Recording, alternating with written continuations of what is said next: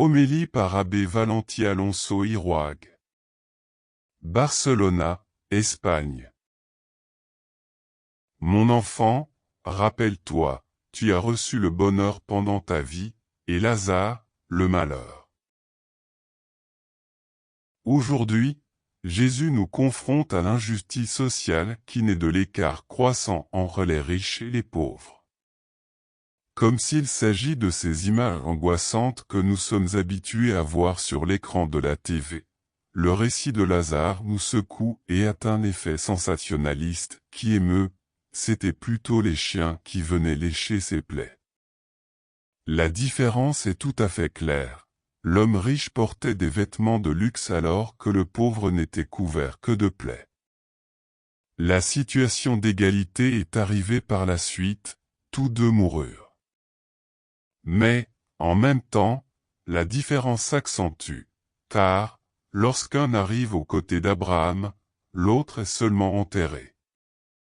Si nous n'eussions jamais entendu parler de cette histoire et eussions appliqué, par contre, les valeurs de notre société, nous pourrions bien conclure que celui qui a gagné le prix a été le riche, et le pauvre, qui a été abandonné dans le sépulcre. C'est clair, en toute logique. Mais des lèvres d'Abraham, le père dans la foi, jaillit la sentence, en nous éclaircissant le dénouement final.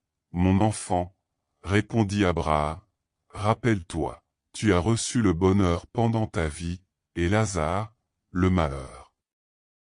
La justice de Dieu a rectifié la situation.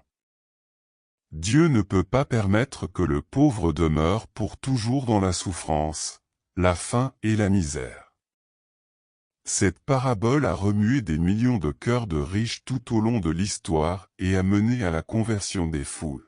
Mais, de quelle sorte de message aurons-nous besoin, dans notre monde développé, hypercommuniqué, globalisé, pour nous rendre compte des injustices sociales dont nous sommes les auteurs ou, tout au moins, les complices?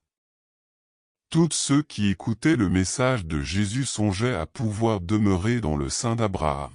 Mais, combien, dans notre monde actuel, ne devront-ils se contenter d'être enterrés à leur mort, sans vouloir recevoir la consolation du Père au ciel? La vraie richesse est celle d'arriver un jour à voir Dieu, et ce qui nous manque n'est que ce que saint Augustin affirme. Passe par l'homme et tu arriveras à Dieu.